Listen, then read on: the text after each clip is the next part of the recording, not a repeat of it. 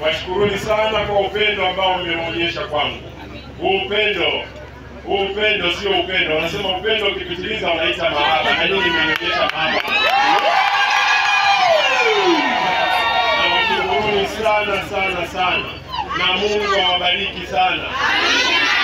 Upendo mlioonyesha kwangu umeweka deni ndani ya moyo wangu,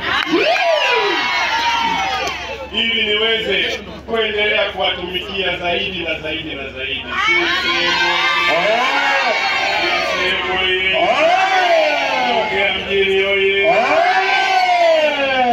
Kwa kifupi, naomba niongee mambo mawili. Mambo mangapi? Mawili. Kwa sababu ya muda tunajua watu wanatusubiri kwenye mkutano, na wengi wetu kutoka hapa tutakutana pia kwenye mkutano wetu ambao utafanyika kwenye kata ya Ruwiko. CCM oye! Jambo la kwanza nitumie nafasi hii kumshukuru Mheshimiwa Rais wetu wa Jamhuri ya Muungano wa Tanzania, Daktari Samia Suluhu Hassan, ambaye ndiye mwenyekiti wa chama chetu taifa. CCM oye! Samia oye! Tunamshukuru Dr. Samia kwa mambo makubwa mawili.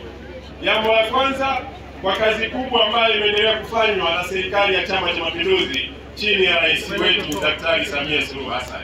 Sisi sote Wanasongea ni mashahidi. Maendeleo mengi tumeyashuhudia yakija mkoa wetu wa Ruvuma, lakini maendeleo mengi ambayo yameendelea kuletwa na serikali yetu ya Chama cha Mapinduzi inayoongozwa na Daktari Samia Suluhu Hassan ndani ya nchi yetu kwa wananchi wote. Piga makofi mengi sana kwa Dr. Samia.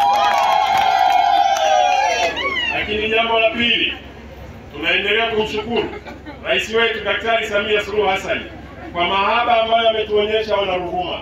Sisi sote tunatambua kwenye nchi kuna Watanzania zaidi ya milioni 60, lakini Daktari Samia Suluhu Hassan aliona jicho lake mkoa wetu wa Ruvuma na akapendekeza jina la ndugu yetu, kaka yetu, baba yetu, kipenzi chetu, Balozi Daktari Emmanuel John Nchimbi kwenda kuwa nafasi ya mgombea mwenza kwa nafasi ya urais wa Jamhuri ya Muungano wa Tanzania. Piga makofi mengi sana kwa Nchimbi oye!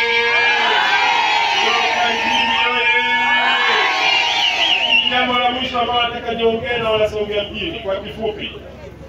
Tunatambua kwamba tumefika kwenye mwaka wa uchaguzi. Tumefika kwenye mwaka wa nini? Wa uchaguzi. Siku zote wanasema mtu akitenda mema analipwa nini? Mema. Mtu akitenda mema analipwa nini?